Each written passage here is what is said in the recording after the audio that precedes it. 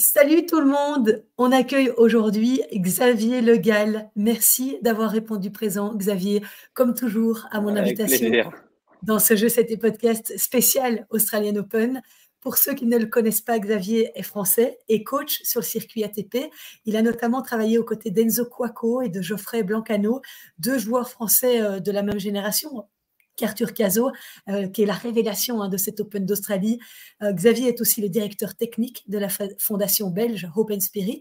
Et puisque cet Australian Open est en train de prendre un petit accent français, avec 3 Français en deuxième semaine, eh bien, je me disais qu'il était l'interlocuteur parfait.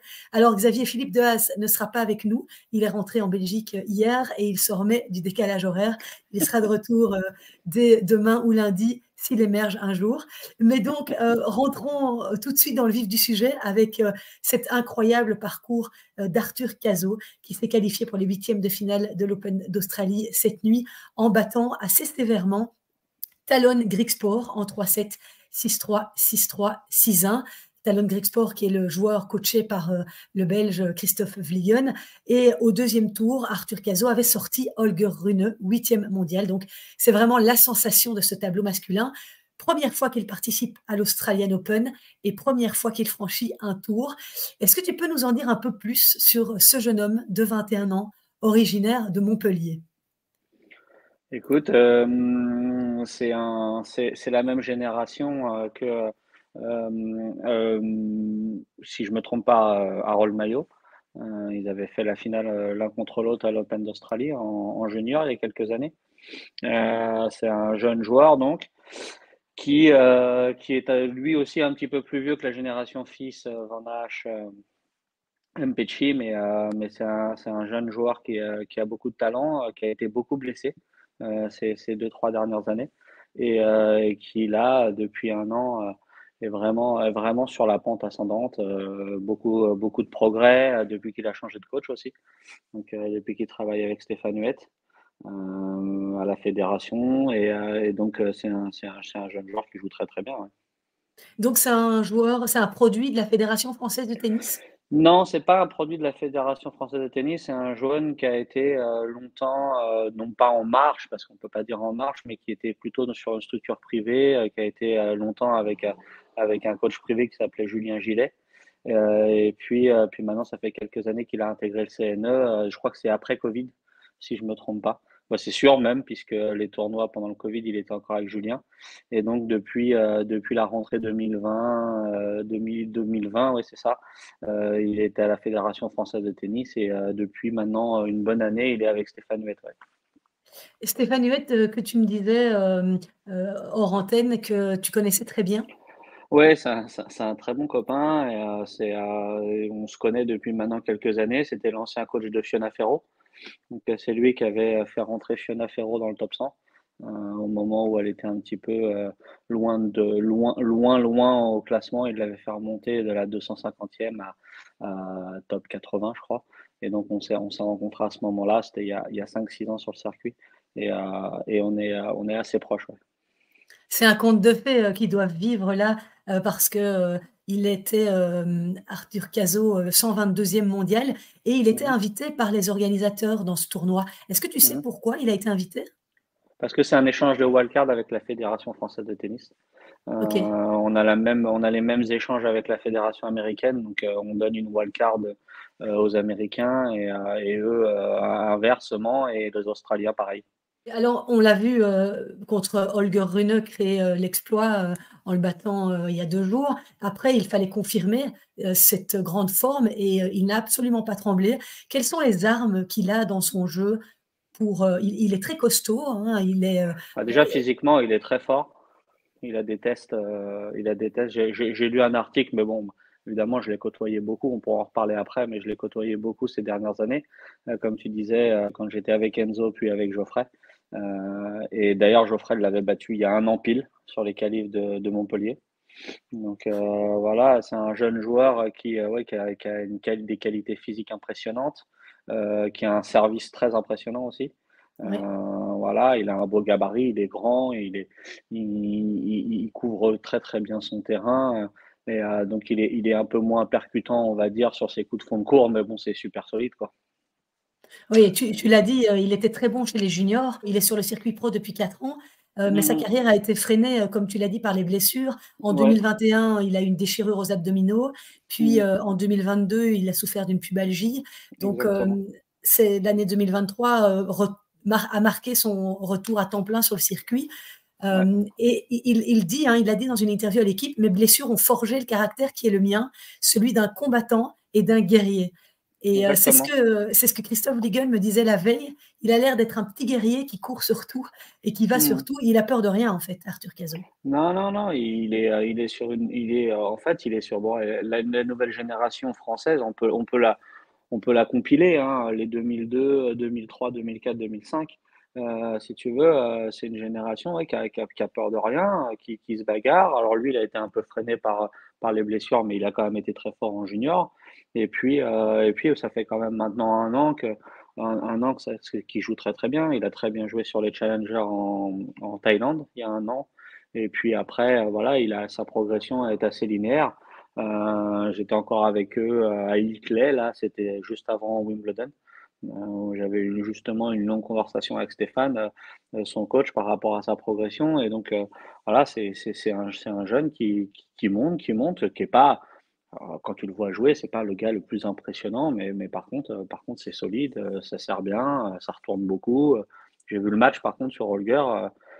Voilà, il a rien donné. Il a tiré des passings bout de course. Dans le dernier jeu, il en fait 2 incroyables.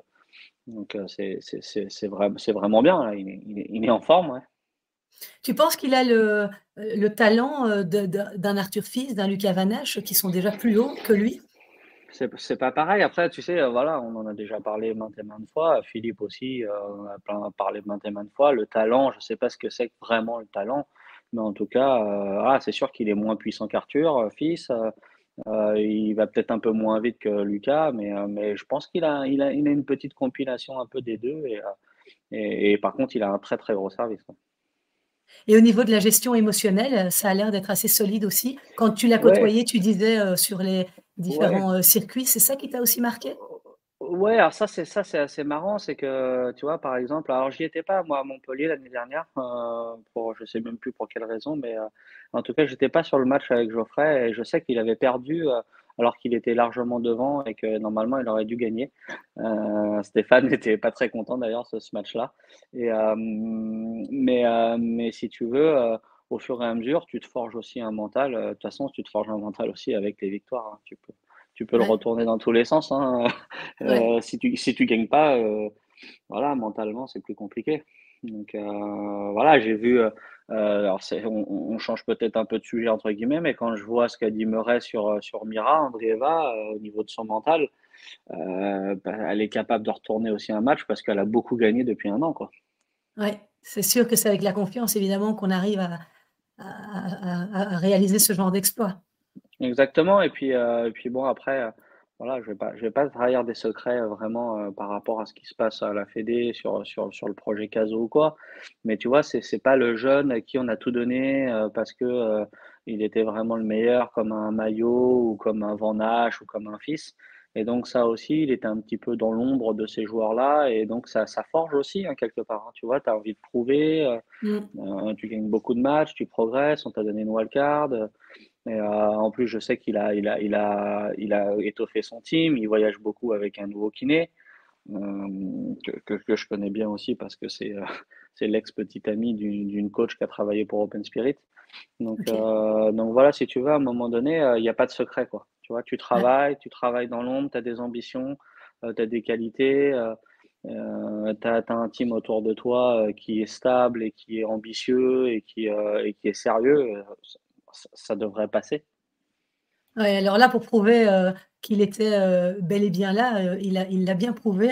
Le voilà en Mmh, huitième de finale dans mmh, cet Open d'Australie et il aurait pu retrouver un autre Français au prochain tour, Hugo Humbert, mais ce n'est mmh pas le mh. cas. Malheureusement, Hugo Humbert, s'est incliné face au neuvième joueur mondial, Hubert Hurkacz, très solide. Le Français avait pourtant bien commencé la rencontre en gagnant le premier set 6-3, mais il a concédé les 3, manches suivantes face à un Urcax qui, comme d'habitude, était très solide au service. Dans l'échange, il a pris plus l'initiative, il a joué plus vite en empêchant Hugo de développer son jeu. il a commis plus d'erreurs. Alors après, Hugo Humbert a dit dans son interview d'après-match qu'il y manquait de jus. Physiquement, il n'était pas au top, il sentait pas ses jambes depuis le début de la rencontre. Tu as eu l'occasion de voir un petit peu ce match. Qu'est-ce que tu en as pensé? Non, j'ai pas eu l'occasion de le voir, mais j'ai lu le résumé. Évidemment, pareil, comme tu m'appelles, c'est pour une raison, c'est que je le connais bien aussi, Hugo, et Jérémy. On a fait la pré-saison l'année dernière, pas cette année, mais l'année dernière ensemble, avec Geoffrey, parce que c'est un très très bon copain de Geoffrey. Et puis j'ai eu la chance d'être invité quand il a joué contre Zverev à Bercy cette année. Donc voilà. Et bon, on sait qu'il a été malade avant tournoi Ouais, et c'est toujours compliqué dans ces conditions. À Melbourne, quand tu as des petits pépins physiques, tu as du mal à récupérer quoi qu'il arrive, tu vois. C'est toujours ouais. très chaud et donc c'est toujours un peu compliqué. Et puis bah en face, sur case, voilà, ça fait quand même quelques mois, voire quelques années maintenant que le mec il est là, il est solide, il sert bien. Et puis Hugo, s'il manque un peu de jus, c'est difficile pour lui d'aller développer toutes ses qualités d'attaquant, de puncher, tu vois, voilà, il a Mhm. besoin d'un jeu de jambes au top, quoi. Oui, oui, c'est ce qu'il disait, hein, qu'il lui avait pris vraiment le temps, Mm. beaucoup de temps, et qu'il n'avait pas Ouais, l'occasion de s'organiser et de pouvoir répondre à la vitesse de balle de Urcax, qui, comme tu le dis, hyper régulier. C'est son cinquième huitième de finale. ouais, c'est Oh, ça. Ouais, c'est ça. Et puis si tu vois, Hugo, il a pas non plus de plan B, entre guillemets. Enfin, la plupart non plus, d'ailleurs, n'ont pas de plan B dans le sens où ils essayent d'imposer leur jeu. Et mhm. c'est compliqué pour Hugo après de courir après la balle. Tu penses que Arthur a les armes pour bousculer Hubert Urcax? Écoute, je sais pas. Honnêtement, je sais pas parce que Arthur, il est tout neuf là. Tu vois, il y a pas de comparaison. Autant sur un talon, voilà, tu sais qu'il peut aller l'embêter, bah, il l'a écrasé même. Enfin, ce qui est quand même pas forcément certain à la base, si tu veux, mais avec la confiance qu'il a emmagasinée, là, il peut aller embêter tout le monde. Voilà, encore une fois, ça va dépendre surtout de la qualité du service de Urcas. Mais c'est nouveau pour Arthur, c'est un huitième de finale. Après, il a beaucoup confiance en lui et avec la confiance des résultats en plus, ça peut faire vraiment mal. Donc Ouais. voilà, je m'aventurerai pas sur un pronostic, donc ça veut dire qu'il peut quand même aller l'embêter. Oh, je te reconnais bien là. Pas courageux, hein, Xavier. Allez, tu peux y aller, tu peux te lancer. Ah, je mettrais quand même Urcas, tu vois, mais parce qu'il a un peu plus d'expérience et parce qu'il a quand même joué beaucoup de gros matchs, il a quand même gagné des gros tournois en fin d'année, donc je mettrais quand même Urcas, mais je pense que ça va pas être si facile que ça. Après, tu t'attendais à ce qu'il puisse battre Rune d'un autre côté? Oui, oui, plus, Oui? plus, ouais. Euh, c'est dur ce que je vais dire, mais je suis pas fan, tu vois. Holger, il a fait, évidemment, il a été numéro 4 ou 5 mondial, donc il joue très très bien. Il y a aucun souci là-dessus. Mais tu vois, il est moins percutant. Alors on voit toujours ses vidéos, il frappe très fort en coup droit à l'entraînement et tout ça. Mais en match, il est un peu moins percutant. Et puis c'est les premiers tours, c'est le début d'année. Voilà, je savais que Arthur allait avoir le temps de poser un petit peu son jeu, d'avoir des échanges. D'ailleurs, Stéphane avait dit dans l'équipe que ça allait être un gros combat. Holger, avec son service, il peut pas faire 3 points gagnants par jeu. Donc si tu veux, à un moment donné, il y a quand même le bras de fer qui s'installe, tu vois? Ouais. Donc voilà, après, Arthur va avoir un gros service, en face, ouais, ça va être un peu différent, ouais. OK. Mais je pensais bien avec la confiance parce que Arthur venait de gagner Nouméa aussi, tu vois? Ouais. En écrasant bon, Enzo était un peu blessé, mais en écrasant Enzo en finale et donc voilà, c'était certain qu'il allait avoir combat et puis il faut pas, oublier quelque chose, c'est que, Arthur avait battu 5 fois sur 6 en junior, Holger, tu vois? Ouais. Donc on va se dire: «Oui, mais c'était les juniors». Ouais, mais quand tu rentres sur le terrain et que tu as perdu 5 fois sur 6, même s'il y a 4 5 ans, tu vois, ça peut toujours te mettre un petit crabe dans la tête quand même. Ouais, c'est sûr. Et pour, terminer, la page française, de, de l'Australian Open, on a cette victoire aussi, incroyable, de Adrian Manarino hier face à Bell Shelton. Tu t'y attendais celle-là? Ouais, ouais, ça oui, pour le coup, oui, parce que, bon alors là, Adrian, c'est pratiquement ma génération. Ouais, Adrian, je l'ai vu démarrer sur le circuit, c'est un 88 qui faisait les futurs avec son frère qui a à peu près mon âge. Donc voilà, et oui, ça c'est plus cohérent, on va dire, moins surprenant. Il est quand même top 20 aussi, Ouais, ou il est 21. Il a quand même gagné 3 tournois, je crois, l'année dernière, Adrian. ouais. Lui, il a un œil incroyable. Depuis tout jeune, il retourne incroyablement bien. Et donc, bah voilà, sur Shelton, bah, il a retourné tout ce qui passait. Et puis, ça fait un gros match, quoi. Là où je suis un peu plus surpris, c'est que ça fait 3 matchs en 5-7 de suite qu'il gagne. Dingue. Ouais, il est là, hein. Après, Et là, il a pas un jeu très énergivore, hein, tu vois. C'est pas celui qui court le plus. Il dépense pas beaucoup d'énergie à faire avancer la balle. Voilà, il est dans le timing tout le temps. Et donc, voilà. Mais ouais, à son âge, c'est beau, hein. il a pas l'air fatigué en plus, hein, après la Non, rencontre, non. hier, il était frais comme un gardon. Il avait pas Ouais, l'air, en ouais. tout cas, d'être fatigué, quoi. Ouais, il bosse beaucoup et puis c'est quelqu'un de calme, tu vois? Et donc, ouais, c'est pas très énergivore ce qu'il fait, donc voilà, il est là et ça va être un bon match. Après maintenant, il joue Djoko, ça va être un peu plus compliqué. Ouais. Mais ouais, franchement, c'est top. Moi, je suis super content parce qu'il a un jeu un peu atypique, il est pas star system, tu vois? Et donc, je lisais un article où il disait enfin, les gens disaient: «Il a pas de vêtements de marque, il a Non. une vieille raquette, il est cordé à 12 kilos, il ressemble à rien, avec ses cheveux, il a plus de cheveux». Enfin voilà, et je trouve ça Adrian, bien, si hein. tu nous regardes. Ouais, ouais, je l'aime bien, je l'aime beaucoup. Mais oui, c'est vrai. Alors, il a cette particularité de tendre à 12, même Mmh. un peu moins son cordage. Est-ce que Mmh. tu peux expliquer aux gens qui nous écoutent, ça veut dire quoi? Et quel est en moyenne, on va dire, on tend à 24, 23, enfin moi je tends à 24 par exemple, mais Ouais, c'est ça en moyenne. Ça c'est révolu le temps où les gars tendaient hyper fort. Allez, on va dire allez 22-25, pour filles et garçons. Et ouais, Adrian, je crois qu'il est à 9 ou 10, je crois. ouais, Enfin, ouais, ouais. c'est hallucinant. Donc ça veut dire que sa raquette, c'est un trampoline, quoi.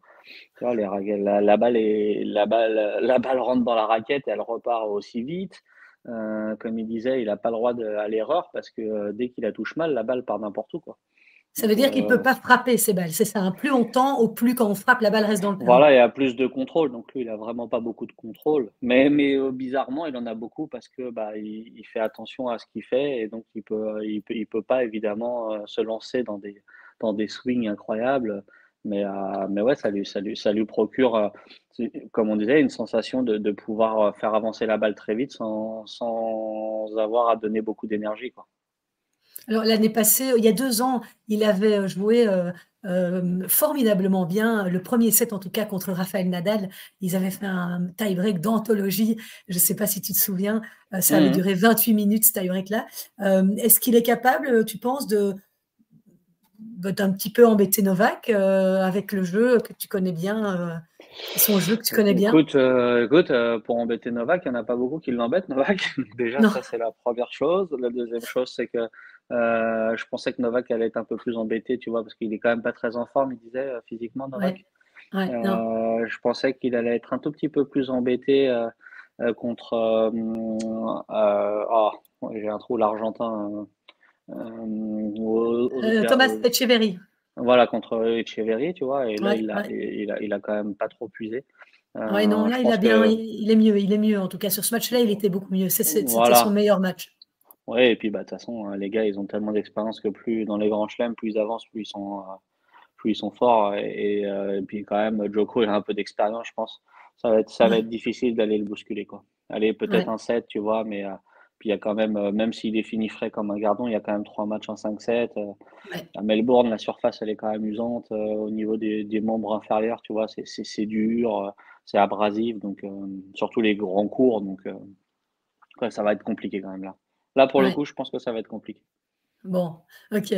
Alors il y a aussi, un autre, cador, du tournoi qui n'a pas dépensé beaucoup d'énergie sur le court aujourd'hui, c'est Carlos Alcaraz. Il a profité du forfait du joueur qualifié, Juncheng Shang et il menait, déjà 6-1, 6-1 quand le joueur chinois a jeté l'éponge, touché à la cuisse. Donc c'est, un bon tour, il est en deuxième semaine. Comment tu l'as trouvé durant cette première semaine, Carlos Alcaraz? Pour rappel, il a gagné au premier tour face à Richard Gasquet. Il n'a perdu qu'1 set au deuxième tour contre Lorenzo Sonego et il n'a pas dû forcer son talent donc pour ce troisième tour. Est-ce que ces 3 premiers tours sont suffisants pour entamer sa deuxième semaine dans les meilleures conditions? Bah, déjà, il a pas fait de tournoi de préparation. Il est arrivé directement. J'ai lu qu'il avait fait une grosse pré-saison, Ouais, où ils avaient pris le temps de travailler. Je pense que c'est toujours bénéfique, de prendre le temps de travailler, ça c'est sûr.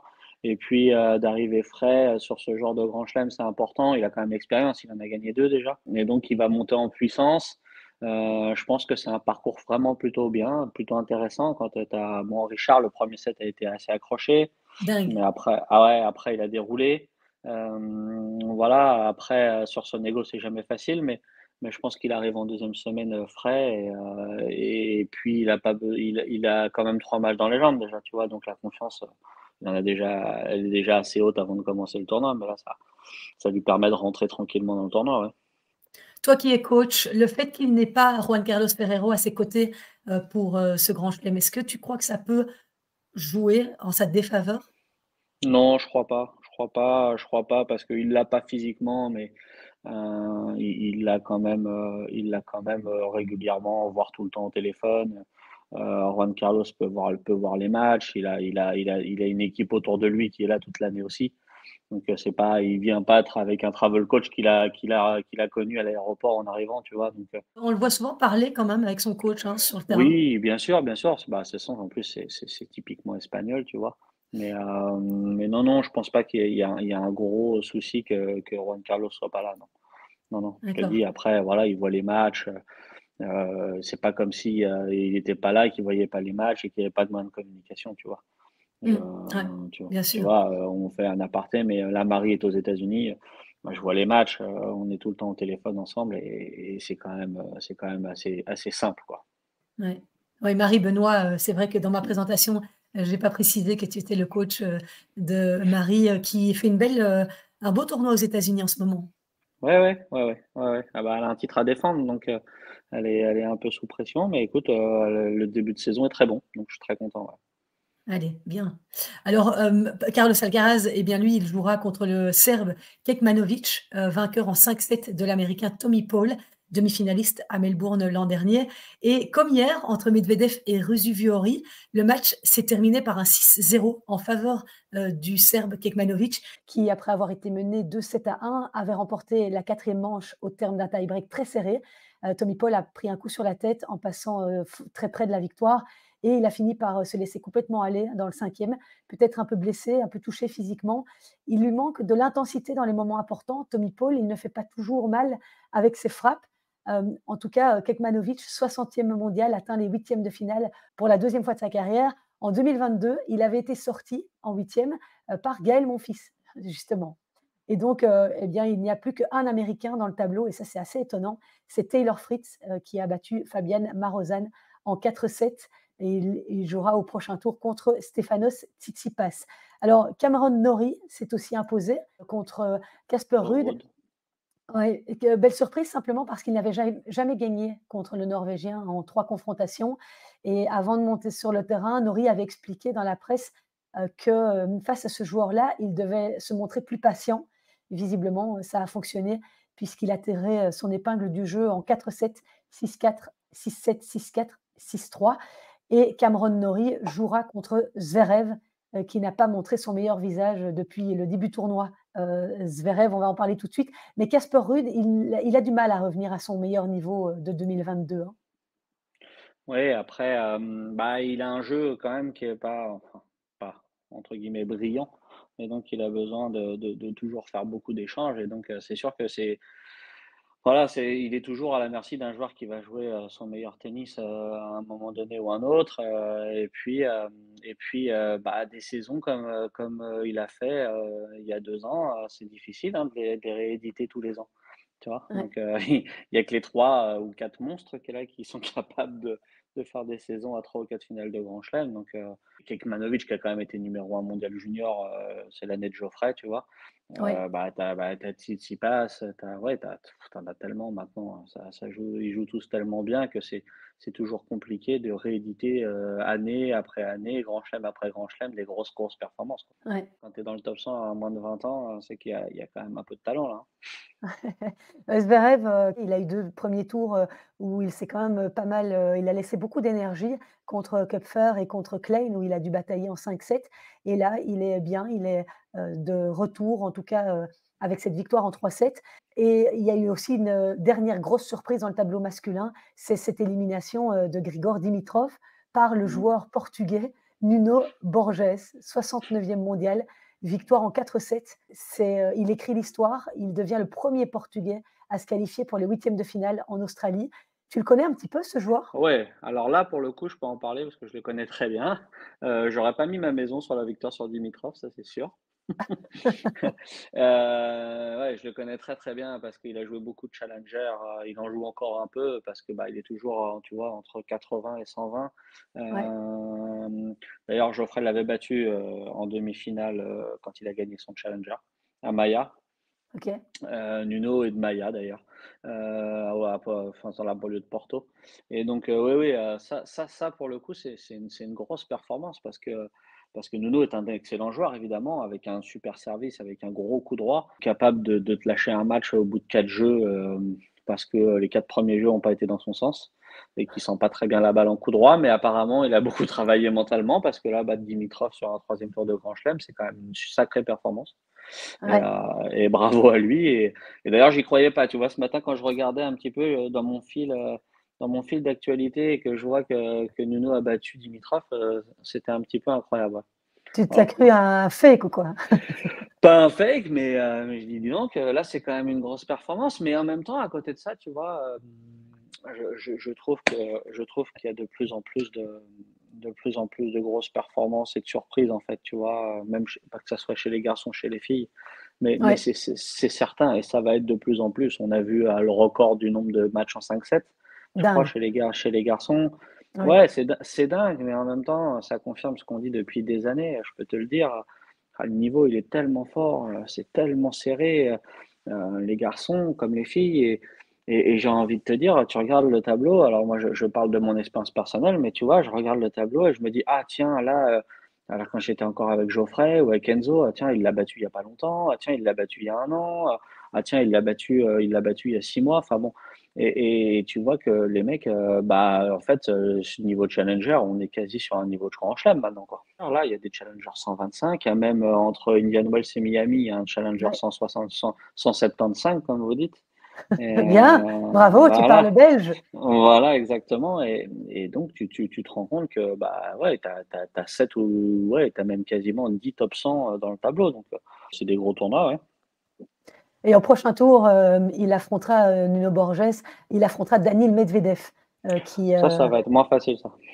mais oui, Il n'est pas passé loin de passer à la trappe sur Ruusuvuori, mais tu vois, Ruusuvuori, bah, Geoff l'avait battu au qualif de Bercy l'année dernière, quand il était 40, donc c'était il y a 1 an et 3 mois, quoi.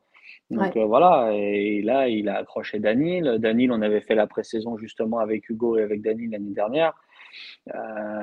C'est du solide, quoi, tu vois. Là, il y a, Ouais. surtout sur dur, ouais, il perd pas beaucoup de matchs. Et pour aller le battre, c'est même plus une grosse performance qu'il faut faire là sur 5-7 en Australie, c'est quasiment injouable, quoi, tu vois. Ouais. Mais en tout cas, Norrie, qui a battu Casper Ruud, jouera donc au prochain tour contre Zverev, qui n'a pas montré son meilleur visage, hein, depuis le début du tournoi. Ici, il s'en est bien sorti, en 3-7 face à l'Américain Alex Michelsen, qui est l'un des 3 joueurs de moins de 20 ans qui figurent dans le top 100 mondial, avec justement 2 joueurs français, Arthur Fils et Lucas Van Hache. Il a, le même talent, que ces 2-là? Ah, c'est un talent un peu plus à l'américaine, grand, qui frappe fort, qui sert fort, voilà, pareil, encore une fois, avec l'insouciance de sa jeunesse, ça peut faire très mal. Bon, écoute, j'espère qu'ils nous écoutent pas, hein, ces joueurs, parce qu'ils vont pas monter sur le terrain avec beaucoup de confiance. On Ouais, t'écoute pas. c'est sûr que si je lui en parlais, je lui dirais pas la même chose, mais Non, j'imagine. heu, Mais tu sais pas que tes podcasts est écouté mondialement, hein.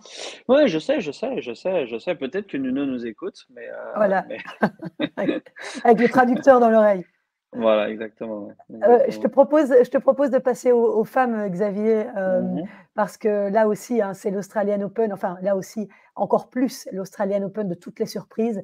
Après Ons Jabeur, Maria Sakkari, Jessica Pegula, Marketa Vondrousova, Elena Rybakina, c'est la numéro 1 mondiale, Iga Swiatek, qui s'est fait surprendre ce samedi, éliminée par l'épatante joueuse tchèque de 19 ans, Linda Noskova, 5e joueuse mondiale, une victoire en 3-7. 3-6, 6-3, 6-4. Elle avait déjà été malmenée au deuxième tour face à Danielle Collins, Swiatek, mais là, elle a un petit peu manqué d'intelligence tactique pour s'en sortir face à la Tchèque.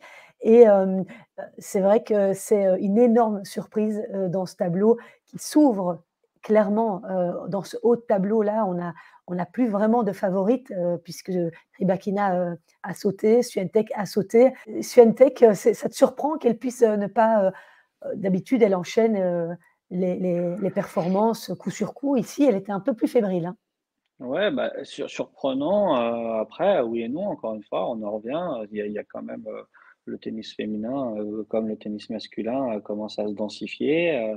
Les deux premiers tours n'avaient pas été géniaux, j'avais vu aussi. Et c'est pas la surface où elle déroule le plus quand même. Donc voilà, elle est tombée sur Noskova qui frappe fort aussi, qui est jeune, qui est très jeune, qui a gagné Roland Garros Junior il y a 2 ans qui pareil s'est entraîné beaucoup avec Marie il y a 2 ans, ouais, il y a 3 ans qu'elle avait gagné, donc il y a 2 ans, on s'était entraîné beaucoup avec elle et pareil, tu vois, il y a une sorte d'insouciance, une sorte de voilà, elle a les dents qui rayent le parquet et donc je crois que les filles ont même à cet âge-là, elles ont pas de déférence par rapport à des joueuses comme Swiatek et puis on y va quoi. Voilà Ouais. et Iga à mon avis a un peu de marche sur terre, mais sur dur c'est plus délicat, ouais. Ouais, elle a décidément du mal à briller à Melbourne, en tout cas, puisque Mmh. son meilleur résultat était une demi-finale. Mais voilà, elle a du mal à aller au bout. Et en huitième de finale, eh bien, Noskova affrontera Elina Svitolina, qui, elle, a été très solide et très intelligente sur ses variations dans l'échange face à la Suissesse Victoria Golubic. Victoire 6-2, 6-3. Mais alors, le duel qui vous intéressait certainement beaucoup cette nuit, c'était celui qui opposait Clara Burel à Océane Dodin. Alors, c'est Océane qui a remporté la bataille franco-française 6-2, 6-4. Elle n'avait passé qu'un tour à chaque fois en Grand Chelem. Là, la voilà en deuxième semaine. C'était une opposition de style totale entre Clara Burel, fine tacticienne, et Océane Dodin, la cogneuse. Et là, pour le coup, c'est la cogneuse qui s'est imposée. Tu connais ces deux jeunes femmes? Très bien, un tout petit peu moins Océane, mais très bien Clara, puisque Clara, c'est une 2001, et surtout, c'est une Bretonne et donc quand je travaillais, pour la Ligue de Bretagne, elle était évidemment là. Donc elle était avec nous sur tous les tournois quand elle était toute petite. Donc ça, je te parle de ça en 2011-2012, donc tu vois, elle avait 10-11 ans. Ouais.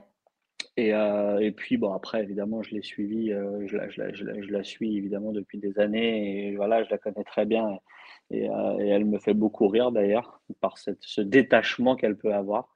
Elle est un petit peu atypique sur le circuit et ouais et c'était apparemment une belle opposition de style. Je pensais que vraiment Clara allait être au-dessus. Ah ouais. De par son expérience, de par ses matchs précédents, surtout contre Pegula, de par son tennis un petit peu et Océane a réussi à passer au-dessus avec un jeu, où là, on parlait plan A, plan B, là, il y a même pas de plan A, plan B, là, c'est je tape sur tout ce qui bouge et que ça Pire que soit la Caroline fra Garcia? ah ouais, ouais, rien à voir, rien à voir, rien à voir. Bah, elle est plus la balle va même limite, j'ai l'impression que des fois, elle va plus vite. Elle met tout ce qu'elle a sur toutes ses frappes, tu vois, Océane et Océane, tu vois, bah, elle le disait d'ailleurs que Clara voulait pas s'entraîner avec elle, et c'est pas que Clara, c'est quasiment, 100 des joueuses ne veulent pas s'entraîner avec Océane, ouais.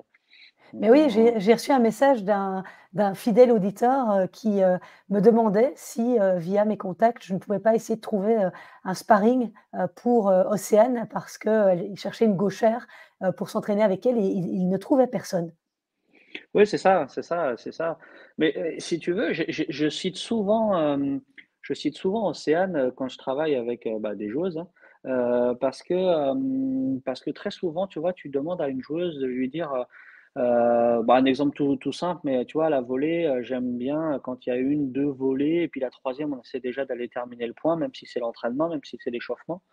Et souvent, ce qu'on me dit, c'est, «Oui, mais je peux pas faire ça parce que j'ai une sparring en face», enfin une sparring ou une partenaire d'entraînement. Et je lui dis: «Mais regarde, prends Océane, Océane, que ça soit, enfin, c'est n'importe qui en face, elle s'en fout elle». Tu vois? Son jeu, c'est de taper fort dans la balle, et ben, elle tape fort dans la balle, donc voilà, c'est pour ça qu'elle a du mal à trouver, ouais, certaines sparring, ouais.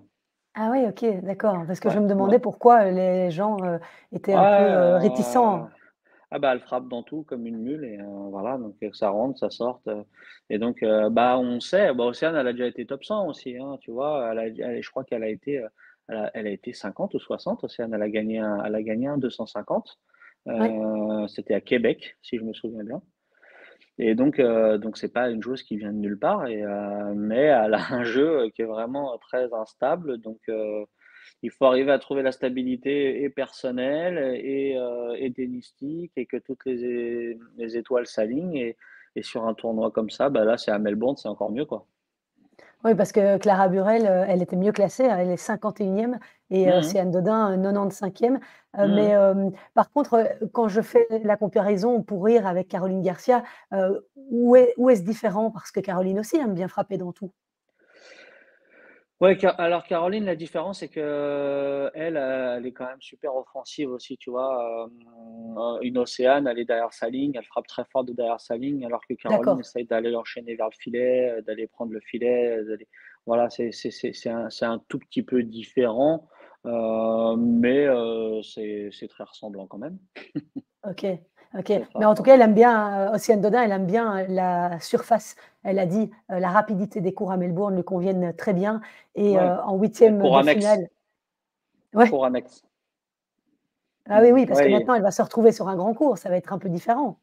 C'est un peu différent, oui. C'est vrai qu'à Melbourne, la particularité à Melbourne, c'est que bon, je trahis pas de secret, hein, il fait chaud, il y a quand même un peu de vent, et en fait les cours, annexes sont beaucoup plus rapides que les cours, centraux, parce que les cours centraux, ils les refont régulièrement, tu vois? Et Ouais. donc tu te retrouves sur des cours annexes, des fois, tu as l'impression que c'est de la glace, quoi, tu vois? Ça brille, et pour Océane, bah, c'est parfait, quoi. Ouais. Oui, c'est C'est ce que parfait. Steve Darcy, nous expliquait, l'un des premiers jours quand on l'a reçu, effectivement, c'est Mmh. intéressant. Et donc maintenant, elle va affronter Qin Wenzheng, la joueuse Mmh. chinoise 15e mondiale qui a battu, non sans mal, hein, sa compatriote, Yafan Wang, moins bien classée qu'elle. Une victoire à l'arrache, gagnée 18 au super tie-break. Ça, c'est toujours laid, hein, pour celui qui est en face. C'est toujours laid, ça c'est sûr, mais ouais, là, ça va être un autre niveau, là. Elle joue très bien, hein.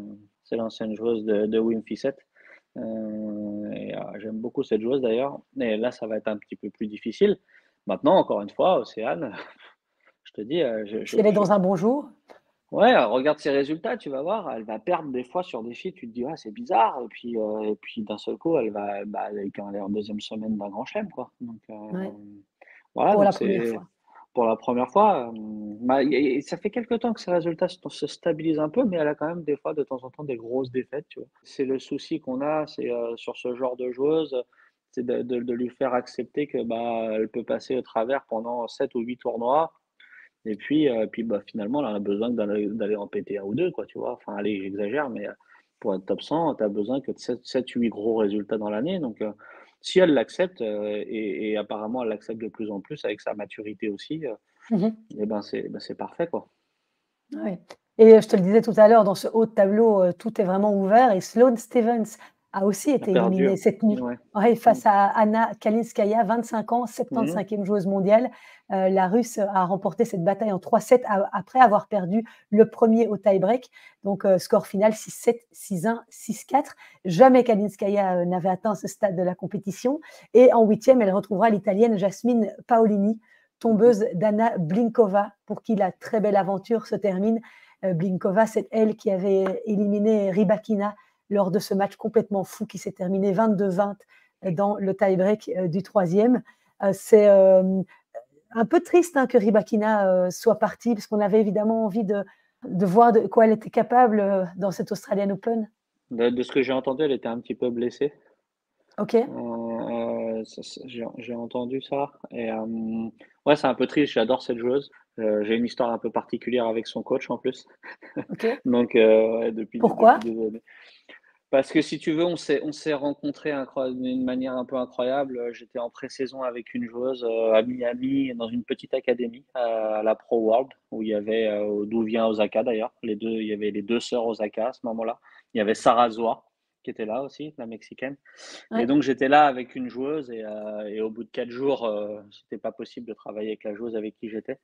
Donc si tu veux, je suis parti, alors pas en courant justement parce que j'ai pris le soin, de trouver un entraîneur pour elle dans l'académie où j'étais, ce fameux coach, c'était, Stefano Vukov.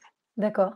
Voilà, qui m'a dit: «Écoute, j'ai l'habitude, je suis aussi moi, des Balkans et donc ce genre de joueuse, je vais bien la gérer, t'inquiète pas», et donc voilà et au bout d'une heure, il s'est fait insulter comme moi donc je pense que ça n'a pas duré longtemps non plus avec cette joueuse et donc il était là, il coachait Sarrazua, il coachait la sœur Osaka et maintenant il est avec Rybakina et il fait de l'excellent boulot depuis 3 ans, quoi.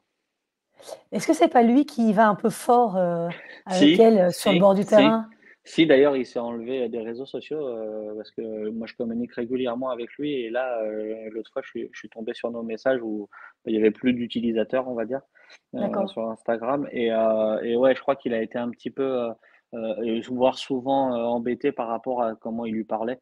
Ouais, ouais, c'est toujours, ouais, c'est Elle a l'air d'accepter, Rybakina, elle a pas l'air de mais c'est quand même violent, hein. Il y a des moments, je sais pas Ouais, comment il c'est paraît, Écoute, tu sais, après chacun sa méthode, soit les joueurs ou les joueuses acceptent, soit ils acceptent pas. En tout cas, il a gagné Wimbledon avec elle. Il a fait finale en Australie, l'année dernière. Elle a été, ou elle est toujours numéro 2. Donc voilà, bah, la méthode marche entre eux, c'est peut-être leur façon de travailler. Tu sais, il y a eu Alizé qui était insupportable aussi, qui a été très loin ou trop loin des fois, il y en a beaucoup, on en a parlé, la dernière fois avec Sam Sumik, voilà, il y a des coachs qui laissent passer, il y a des coachs qui laissent pas passer une seule seconde donc et Oui, mais inversement au final. ici Ouais, c'est c'est lui l'inverse qui, là. ouais, lui Ouais, il est un peu, trash avec elle, il y ouais, va pas de après main morte, après on est c'est c'est pas on n'est pas, on n'a pas la même conception des choses parce qu'on n'est pas non on vient pas du même, la même, région, du globe, tu vois?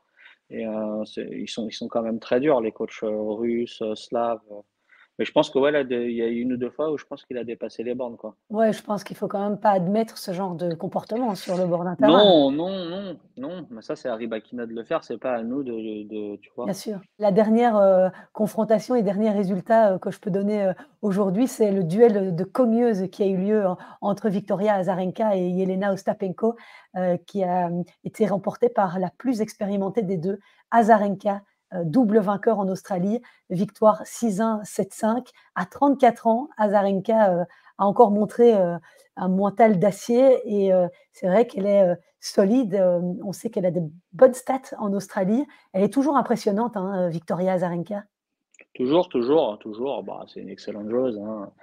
Tu fais pas, 4 finales de Grand Chelem dont 2 titres, elle a été, médaille olympique. Bah, elle a été numéro 1 évidemment, c'est pareil, c'était du temps où elle était avec Sam. Donc Oui, voilà ouais, c'est une génération, qui jouait très, très bien au tennis, tu vois? C'est l'ancienne génération finalement, même si elle a que ouais, 34 ans.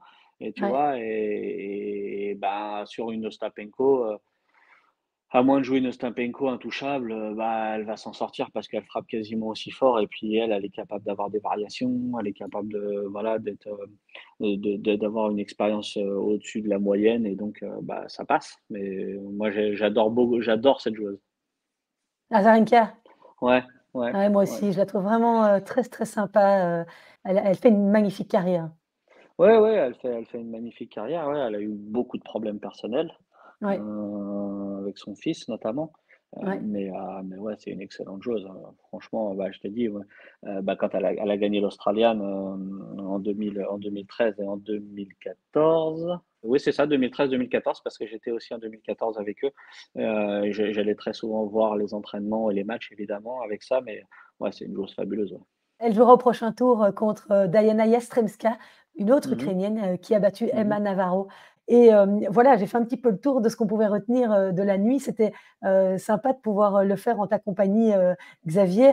Alors, je sais bien qu'on n'a pas de Belges, encore dans le tableau, masculin-féminin, à Melbourne, mais en double, on en a encore des joueurs belges. Toujours. Alors, j'ai oublié de mentionner hier et j'en suis désolée dans mon podcast, que Elise Mertens était toujours en course avec, sa partenaire Suessier. Elles ont très facilement sorti la paire australienne Saville Tomljanovic. Elles joueront au troisième tour les Italiennes Paolini et Errani pour une place en quart de finale. Et puis deux autres garçons sont toujours en course dans le tableau du double mixte. Sander Gille, associé à l'Allemande Laura Sigmund. Ils doivent jouer leur deuxième tour lundi. Et Joran Vliegen, associé à la Japonaise Shibahara. Il devait jouer contre Krejcikova, mais étant toujours en lice en simple, elle et son partenaire ont été remplacés par la paire Arevalo-Matexans. Et donc, s'il gagne, Joran Vliegen jouera contre son partenaire Sander Gille. Ce sera marrant, ça, de les avoir l'un en face de l'autre dans un tournoi du Grand Chelem. En double messieurs, ils ont malheureusement été sortis au premier tour par la paire Zeng Machak. Voilà, comme ça, au moins, j'étais complète pour ce 11e podcast déjà de l'Open d'Australie. On te verra la semaine prochaine au BOE Open. Xavier, tu vas passer dire Non, bonjour? non, malheureusement, non. Non, alors en plus, j'aime beaucoup ce tournoi, mais non, non, la semaine prochaine, je suis avec Louis Van Erck. Alors, on ne sait pas tout exactement, soit sur un 15 000, 25 000 en Allemagne, soit il sera avec moi à Paris pour venir s'entraîner une semaine. Donc voilà, il y a déjà des entraînements de prévus assez sympas pour lui. Mardi avec Richard, Ok. voilà, et jeudi avec Enzo. Donc voilà, je vais rester à Paris cette semaine et puis la semaine d'après, je serai en vacances. Ah, tu le mérites après tout Ouais, ce que tu merci, as merci, voyagé. merci. Ouais, ouais, et puis je vais pas tarder parce que j'ai Marie qui est en train de jouer là, qui mène 4-0 donc sur sa demi-finale. Eh Donc ben voilà. voilà, mais Ça c'était tombe, un plaisir comme d'habitude. ça tombe bien que voilà, je vais te laisser partir. Merci d'avoir Mais consacré bon, tout ce temps. bon BW Open et bonne fin de tournoi surtout. Bon Oui, tout courage. à fait. Merci beaucoup, Xavier. C'est toujours De super rien. intéressant d'avoir ton analyse, ton expertise. Merci. Et c'est un vrai plaisir de t'avoir parmi nous. Je te dis à très Avec bientôt, plaisir. Xavier. À bientôt, Christelle. Merci. Salut. Salut.